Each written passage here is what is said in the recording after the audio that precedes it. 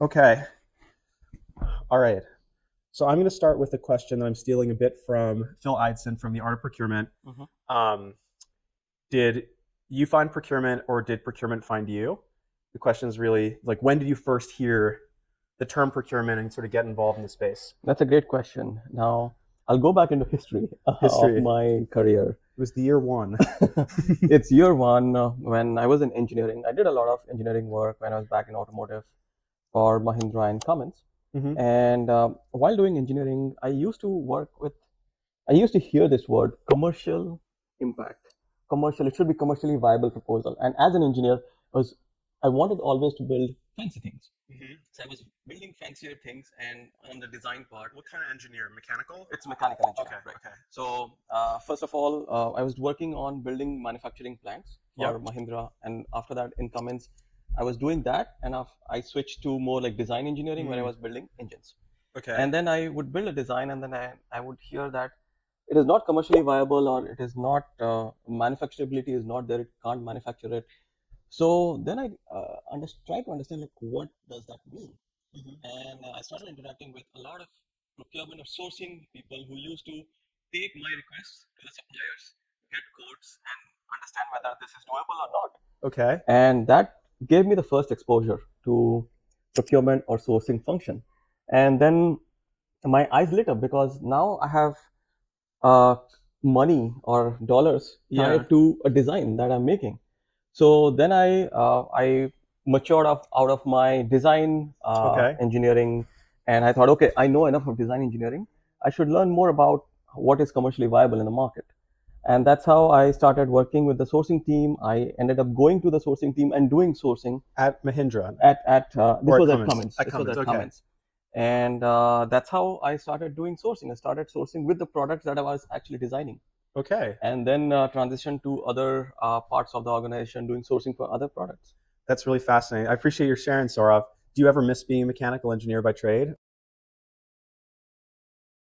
Or are you like, hey, I am past that. I don't need to be a CAD jockey anymore?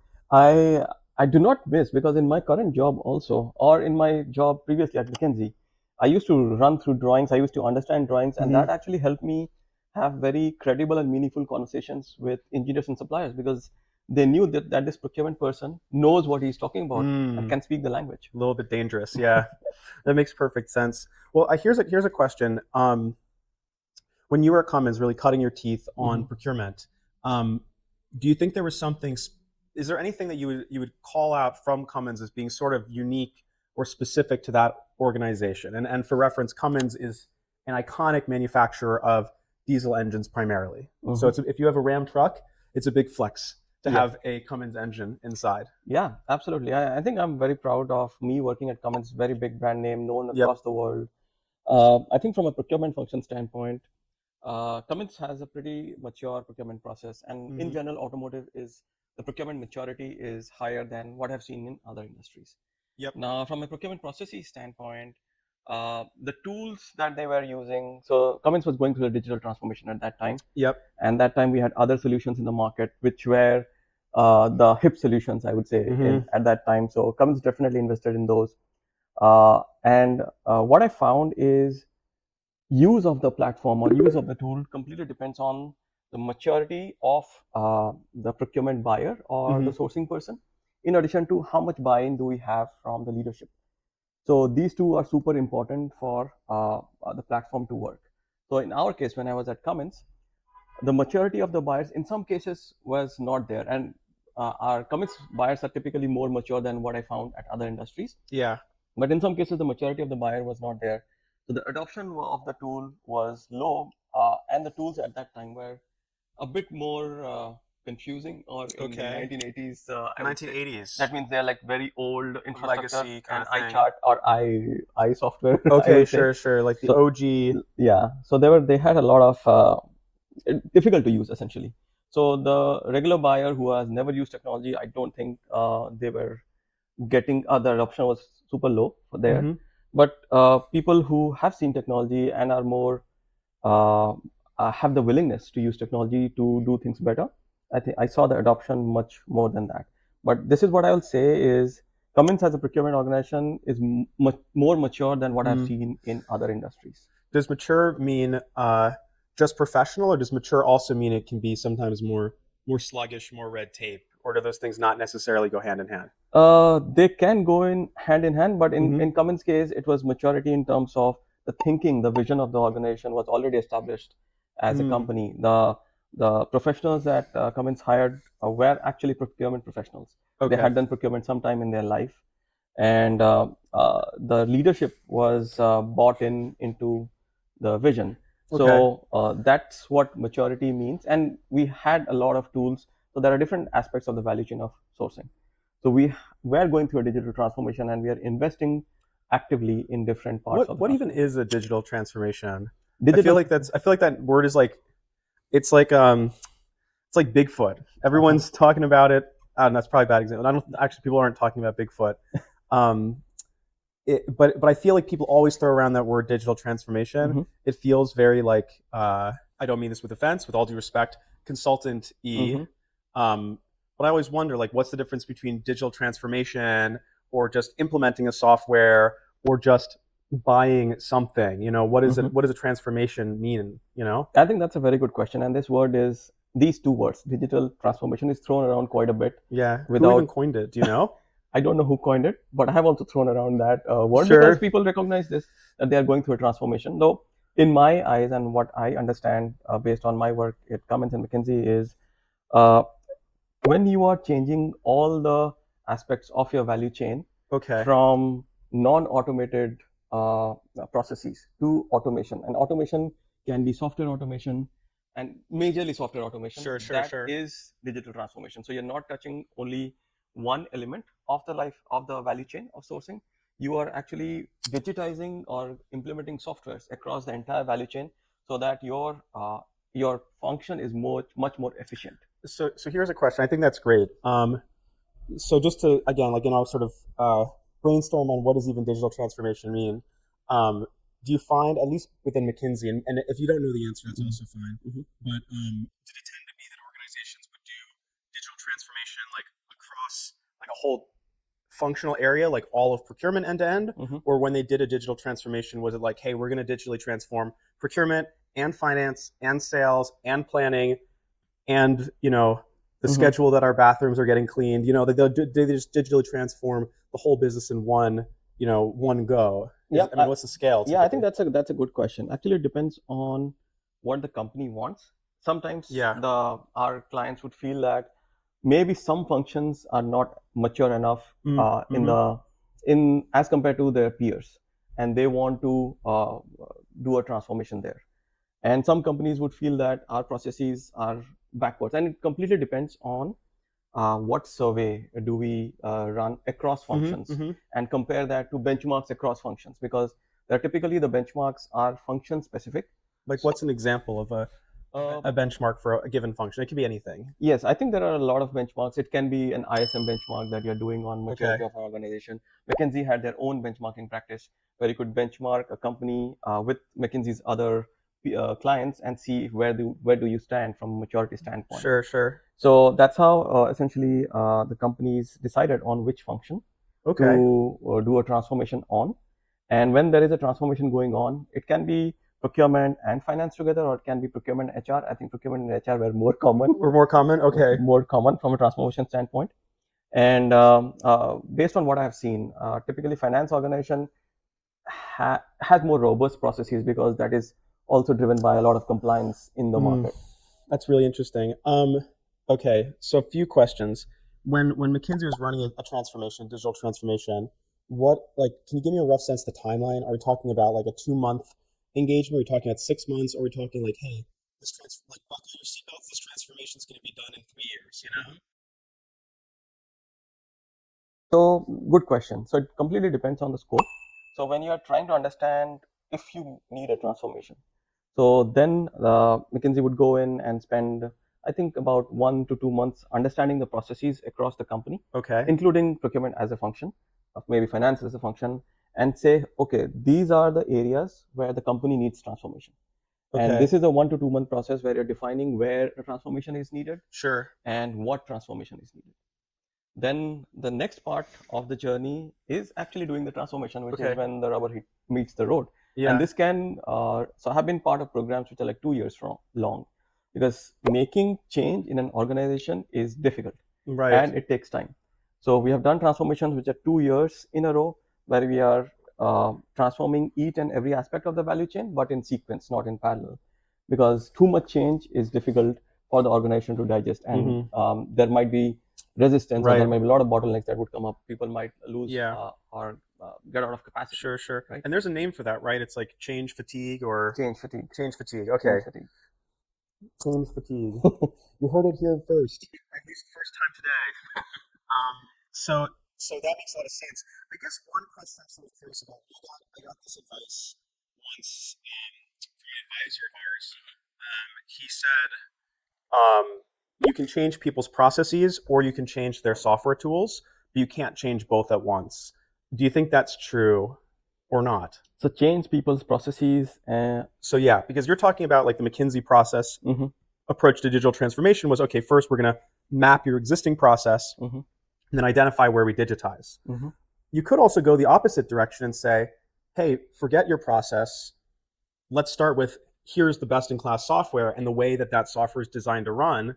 Now you have to adapt your process to fit mhm, that mold. mhm, And so that's the sort of thing I've heard is like either you can get people to change their process mhm, or change their tools, mhm. but not at Uh, both at once. I don't think that would be the right approach in my mind. Mm-hmm. I think if you don't, so understanding the processes helps. Maybe software is a solution. Software is always a solution to a pain that already exists. So if the pain is on how efficient is your sourcing cycle, it takes long time to run a sourcing cycle. Yep. So maybe a software is a solution, or maybe you are in an industry where you have single sourced, the supplier has a lot of power, and it's more negotiation and having robust contracts. So it can be Mm-hmm. different solutions if the processes are different. So it completely depends on the situation. So analyzing processes is the first step to understand the pain points, and then finding solution, which can be software in most cases, uh, as a solution. Okay, that makes a lot of sense. I'm gonna actually walk back toward something that you'd said earlier that I thought was Mhm, really interesting. mhm, Um, so remember when you said that? Remember 30 seconds ago when you said our brains do work? I assure you. So you mentioned that um, that typically the finance org is a little bit more mature mhm. because they have to adhere to standard processes. Yes. So like gap accounting is the classic example. And there's benefits to that, Mhm, obviously, and there's drawbacks to the fact that in procurement mhm. we don't really have any universal standards. Yes. One thing I've noticed Mhm, is that there isn't even a standard for the name of what a procurement person is, right? So sometimes we see global supply managers, mhm, and then sometimes supply chain is viewed as unrelated to procurement. mhm, Sometimes we see global category managers, mhm, commodity manager, category buyer, strategic sourcing director, procurement manager, mhm, um, supply analyst. You know, there's a whole range of these sort of different titles, and it almost is like each company is its own mhm, special taxonomy. mhm. I mean, why do you think there isn't more like consistency? I guess we can think about it at the top level, more consistency on all procurement function, but Mhm, also just like even that simple thing, like there isn't a normalization of names like there is in mhm, finance. Very simple in finance: analyst, mhm, associate, VP, mhm, principal, mhm, etc. mhm. You know, I'm sort of curious. Yeah, Yeah, what do you I think? think that's a very good question, and that's a very good Thank you. observation. Thank you. I'm full of good questions. So procurement as a function known is also known as purchasing, procurement, supply management, sourcing, and in my based on what I've observed and what I've seen, companies have evolved slowly, and they have some of the functions have more evolved because they have to Hmm. adhere to a compliance. Now, companies which essentially started to recognize procurement as a function or purchasing as a Hmm. function, they wanted to give the best name that maybe the Like an elevated name, like a elevated name that probably yeah. someone has heard or some consultant Sure, have sure. told them, and that's what has stayed in that company for a while. Yeah. And in addition to that, from an industry standpoint, there are some industry consolidators who essentially determine a terminology, and there is also difference in what they call procurement. Mhm. So What's an industry? What's that mean? like for instance, Industry we have consolidator. that means they are certifiers. They essentially certify Oh, like an procurement, ISM. like an ISM, like a Got it. Got it. CPSM, like a CIPM. Yep. These are all certifying agencies, and they essentially call procurement differently. So the term is always has been different, and I hope we can someday standardize it and make it more structured. LightSource certified procurement expert. That's a great idea. That's a great idea. Yeah, you heard it here again, folks. So I guess so. Something though that I and I'll add my own flavor. I'm asking the question because I really don't know the answer. I'm also just sort of thinking about it. And again, this is casual conversation. None of this is scripted. Um, wardrobe malfunctions are a possibility. So stay on the edge of your seats. It is live TV. You know, I also feel like there's an academic delta, and there are. You know, if you ask someone, okay, where do you study finance or economics? All right, every university has economics. A lot of people went into finance through the 80s, 90s, 2000s. And accounting is taught because of the GAP standards. In computer science, it's a taught discipline. So if you're in our engineering team knows basic data structures, they all learn, you know, some of that sort of core principles that apply today.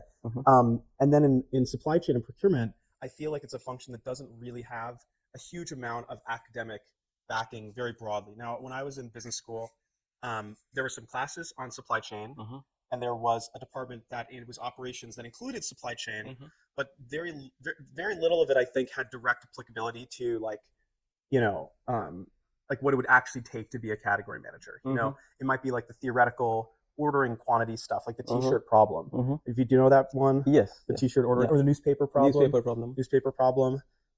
We can show you guys the equation if you want to see what the equation. Basically, the problem is like you have a different number of readers buying newspapers every day. How many do you order? If you order too few, you lose revenue. If you order too many, you have newspapers that get trashed at the end. So sufficient ordering quantity theory. So I'll just give a shout out to my my professors from undergrad and grad school. But you're sort of special, Sourav, because you actually did go to Michigan State, right, for your master's. Yes. And that school is sort of unique, maybe because of its positioning within Detroit as having a fantastic supply chain management sort of program. Same with, I think there's only a few really, Rutgers and Michigan State. MIT has a great supply chain logistics program. They're very operations focused. But those programs are, in my opinion, like too far and few between. I'm curious, like, what was your experience studying supply chain in an academic setting? What were the things that you sort of learned and were taught? Do you think that it has direct applicability to the work or not? We can just sort of riff on this a little bit. I think that's a very good question. So academics. So as companies were recognizing procurement and supply chain as a function and not as an afterthought, academia actually picked up on it and wanted to develop courses around it. So it's still not very prevalent as you compare it with finance or marketing, for instance, which are there in most business schools. Yes, of course. So supply management is still picking up, and there are more schools opening up the courses. What do you think is like the North Star, like, best program right now in supply chain management? It's of course Michigan State. Michigan State. Okay, sounds good. Yeah, so our program is very good. If you didn't go to Michigan State, what would be the? No, I'm just joking. that sounds great. Yeah, go ahead. So our programs are evolving, and this is an evolving field where the academia is also evolving on what the industry needs. So when I was talking to people who went to schools before me and were studying supply chain management, the experience was more theoretical focused, which less applied in the industry. But now what I'm finding when I went to school, there's more industry focus. The academia is actually trying to integrate with what the industries are doing and what they teach in school. So of course there will be courses which are very theoretical. I might never use them in real life, but there are also practical courses, and that is being developed essentially working with different companies. So in Michigan State, I was working. Actually, we had joint sessions with companies like Rolls-Royce, General Motors. Which one? The engines or the luxury? The engines. Okay. The engines in Indiana. Okay. There you go. Yeah. So we had joint sessions with them just to understand what are the regular challenges, and we actually were solving some of the problems that they gave us as a problem statement and gave us some data to work with them and solve them, so that our courses are meaningful from an industry standpoint and not just theoretical. Okay, interesting. And the professors, Mhm. were they coming from the academic perspective, or were they industry practitioners who, said, okay, I've put in my 20 years at Rolls-Royce, now it's time to like bring that knowledge to the next generation? I think that's a good question. It was a mix of 70-30. 70-30. 30% were from industry, Okay. 70% were from academia. More like Interesting. PhD degrees have done logistics for their life and know how to Mm. solve challenges theoretically. No, that makes a ton of sense. Um, Here's another question. Do you think that there is a role for light source in academia? Hmm. Like, should we do the thing, Apple gives the student discounts. Of course, it's not sort of like a consumer product like a laptop, so I don't know what an individual would do with a light source instance, but maybe something to give access or training to students at schools. Literally, we're just riffing on this idea. What do you think about that? I think that would be very beneficial for the students because when Mm-hmm. I was a student, the programs that we were using in the school, which were essentially built for classroom exercise, were not exactly representing what the industry was using. The industry Mm-hmm. programs are much more developed. So I think if we can make light source available to students, that would be fantastic. They will actually get used to the platform. They will understand how procurement works in real life, and we'll have much more features and see the new things that are evolving. Because Lightsource as a company is, I think, a top-notch company in terms of where we are going, Yes. and Amen. that will actually help the students know what's happening in the industry quite a bit. Interesting. So, okay. So then thinking forward, so past graduation, Mm-hmm. let's say that you were, as many of the viewers likely are, let's say you are a beginning of career Mm-hmm. category manager. Mm-hmm. And let's like just got out of school, 20, 22. Mm-hmm. Like, let's go like truly straight out of college. You're just starting your life in the world of procurement, and you want to set yourself up for a really good long-term career, Mm-hmm. like a future-proofed career. Mm-hmm. What are some of the skills that you think people need to be learning now for the next 20 years that they may not have had to learn over the last 10? I think number one skill would be getting acquainted with technology. Okay. In terms of what are the best in class technologies in the market for their different parts of sourcing, which Yep. can be contract lifecycle management versus sourcing versus e-auctions versus sustainability. Mm-hmm. So they need to get accustomed to what is out there in the market from a technology standpoint. That's number one. Mm-hmm. Number two is risk and sustainability has been becoming a major focus area in procurement, which was lesser of a topic for discussion earlier, and most of the procurement topics were on cost savings and making Mm-hmm. sure that the product lands in the factory. But Mm. now I think as the world is developing, it's going more towards sustainability and making sure that we have a earth to live as Okay. human Yeah. beings. So I think that will become more and more dominant as we proceed in the Okay. next 20 years. That's what I feel. Earth is a So good planet. I'd say good top planet, top clean and five. good planet. Yeah, it's one of the best planets I'm aware of. Yeah. It's funny when I was at I used to be at Tesla. Mm-hmm. When I was at Tesla, there's two sort of iconic, Mm-hmm. maybe now there's more, Elon Musk sort of Musk mafia companies, right? Mm-hmm. Tesla and SpaceX. The mission of Tesla is to transition the world to sustainable energy. The mission of SpaceX is to create to make humans interplanetary and have a civilization on Mars. That always seemed like way less appealing to me. It's like, Mm-hmm. okay, I like the Earth. I'd rather save it. I don't know if I want to go through the effort of setting Mars up. Mm-hmm. So that felt like a little bit of a dichotomy between those two companies. But I cut you off. What's the third? Yeah, The third thing. So we've got technology, like awareness of technology, and is that the technology, like the landscape, or just like how to be technologically literate in general? how to be technologically literate and use technology to be more efficient and effective in your Mm-hmm. day-to-day job. So, Okay. so that's technology. Then we have risk and sustainability, and third is negotiations. Okay. So negotiations is a science and an art. It's a lot of art. So I would highly encourage procurement professionals to at least train or have exposure to salespeople, because what I Hmm. find is sales personnel are very good negotiators, Okay. and procurement actually can learn from the sales team on Hmm. negotiating and getting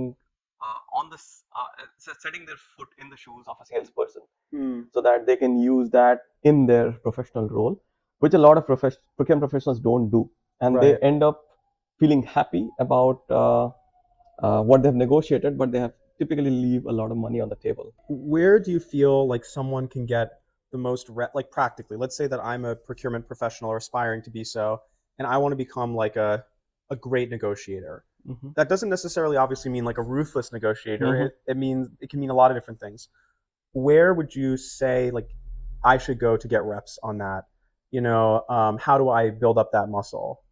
Do I Mm-hmm. go to the local flea market and try to buy some knickknacks and get a lot of reps that way? What do you think is the right way to do I it? think that's a good question, and I don't have a very good answer for this. Sure. But what I did is I was actually negotiating on a day-to-day basis when I was buying something. For instance, let me give you an example. So if there is a product that has arrived and they're not taking returns for the product, maybe I'm buying from a retailer and Okay. they have a product, they send the product, I don't like the product, I want to return it, and they're not taking the returns.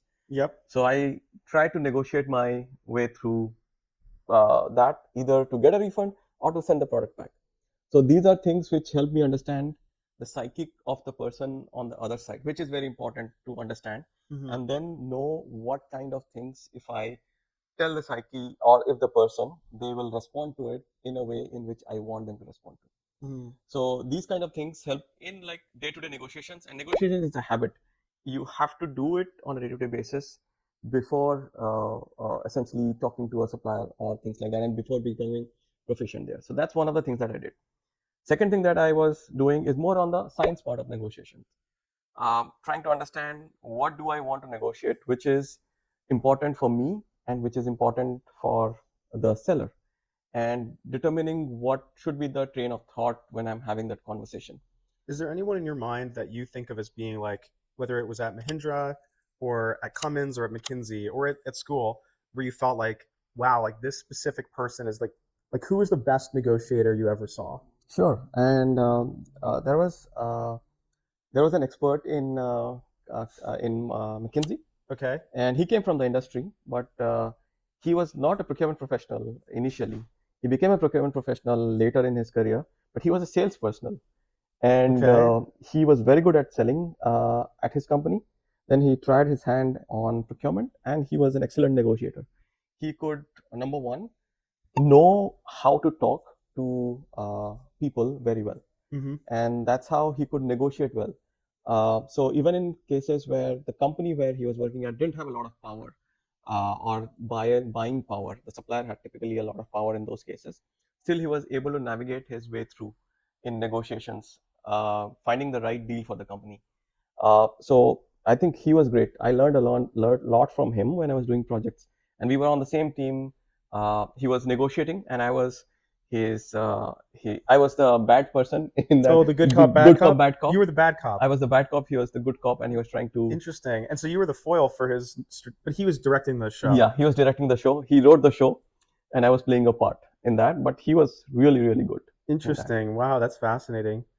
And were you able to keep a straight face? Because you're such a good guy, Sourav. I can't imagine you being the bad cop unless you came with a crowbar and to break some knees or something. No, I could definitely keep a straight face in that, because we Mm-hmm. we actually rehearsed on the Okay. negotiations with our colleagues on how should we negotiate with this person, what are the potential questions that this person will ask from the sales team, is the sales team bringing their engineering team, and can we influence the engineering team to influence the sales team. So we are doing all of these plays in the background before even going for actual negotiations. And this was a McKinsey engagement. This was a McKinsey engagement. And were you negotiating on behalf of McKinsey? So we are negotiating. We were helping the negotiators negotiate on behalf of The McKinsey. client. Yeah, behalf of the client. Yes. On behalf of the client. Okay. So you were role playing with them Yeah, to help exactly. them Yeah. So and negotiate better with yes, their exactly, suppliers, customers, etc. exactly. And the suppliers or the category team that was negotiating would actually come to us. So we had given them instructions that, hey, you, if you feel uncomfortable or you don't know what to answer, ask for a next meeting and don't commit anything. Okay. And then we would come back and do the role play again, because we were teaching the negotiator during that time as a bad cop and good cop play. Wow. So what do you think about? Have you seen any of these AI negotiation trainers? I saw like one where it's like an avatar and you negotiate with it. Do you think that can be an effective way for people to learn how to negotiate? I think negotiation is an art, and we still are. I think currently at this point we are not mature enough from a human emotion standpoint Mm-hmm. to let an AI model negotiate with us as human beings, because human beings have emotions, and human beings don't connect to AI from an emotional standpoint. So that's why I think currently the market is not mature for automated negotiations. If it is virtual negotiations where you're talking to someone who is not a human being, Mm-hmm. if you're doing a reverse auction kind of thing where you are bidding against other and then it is operated by an AI Mm-hmm. machine, I think those are Mm. very valid for now. Interesting. Well, that's fascinating. So I guess to wrap things up, is there anything, and I have nothing in mind, is there anything you'd like to sort of share with the broader procurement universe, or questions that you have unanswered that you would love to get people's perspective on? Hmm. I think there are many questions that I can throw into the Mm-hmm. world and get answers for. Uh, I think one of the questions that I would throw to the procurement community is: do you think that procurement professionals should be incentivized by the savings that they are realizing on a day-to-day Mm, basis, which has been a matter of contention across the procurement community for years? And we don't have an answer. The companies have not acted on it, but that is a white elephant, I will say, in the procurement community. Has there been a company to your knowledge that has ever tried to do a savings commission, whether it was successful or not? I don't know of any company even Neither thinking do about it. I. Neither do I. If people could get a savings commission, I think there'd be a lot more burning of the midnight oil. There's no doubt Yes. about it. Well, I mean, we've talked about why savings commissions are Hmm. hard, right? Hmm. It creates a perverse incentive, Yeah. right? So if you say, okay, you're going to get 10% of what you save, well, my motivation is now start really high, Hmm. establish a high baseline at Hmm. MPI, Hmm. and then work my way down. And it's Hmm. not clear, did I just do a great job, Hmm. or did I just do a really poor job before? I think the second thing is that you mentioned, and this is where I feel like there's a bit of a conflict. And this is maybe a controversial view, a very controversial view at this point, which is that I think savings matter. Hmm. Not everybody actually feels that way. And Hmm. when we go to procurement conferences, so much of the conversation is actually not about achieving Hmm. pricing outcomes, but everything else, Hmm. right? And so when we talk about like, how important it is to be aware of like ESG topics and risk topics, I wonder, those things don't usually come totally for free, right? Hmm. The reason that people are doing things that are environmentally less desirable is because they are the cheapest and dirtiest and quickest. If they Hmm. weren't, Hmm. they wouldn't be doing them. Yes. Nobody's both trying to destroy the environment and be more expensive. They're doing it Mhm. because it's cheap and it's fast Yes. and it's easy. So I guess that's the question, which is like, how should a this is a very hard question, but how should people think about savings versus these other goals, and at what level should they care about it, right? And Hmm. does it come down to the individual, or does it come down to the company and the leadership to set those guidelines? Hmm. I think savings is definitely important for companies. They don't recognize it when everything is rosy. They Okay. recognize this when we're going into a recession. Okay. And because they now have to cut costs, and suppliers are one way in which companies can cut costs. Majority of times, supply managers or procurement professionals are stuck with getting the product to the plant or getting the services in, because if they don't do, production will stop. Right. So, and essentially they will either get a bad rating or they won't be with the company anymore. So there is a job security aspect of it, Yeah. and that's why supply has been the utmost importance Right. to category managers, buyers, because they want it. They want the product to be in the plants. Now, the second savings has been secondary in nature.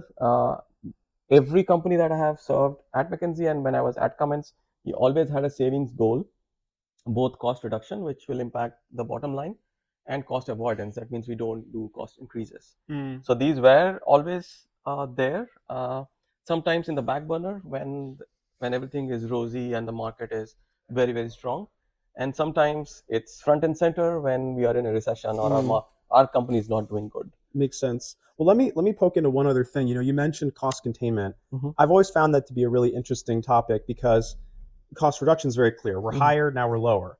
Cost containment, um, we're at $5. Supplier comes back and asks for 10, and I don't give it to them. Hmm.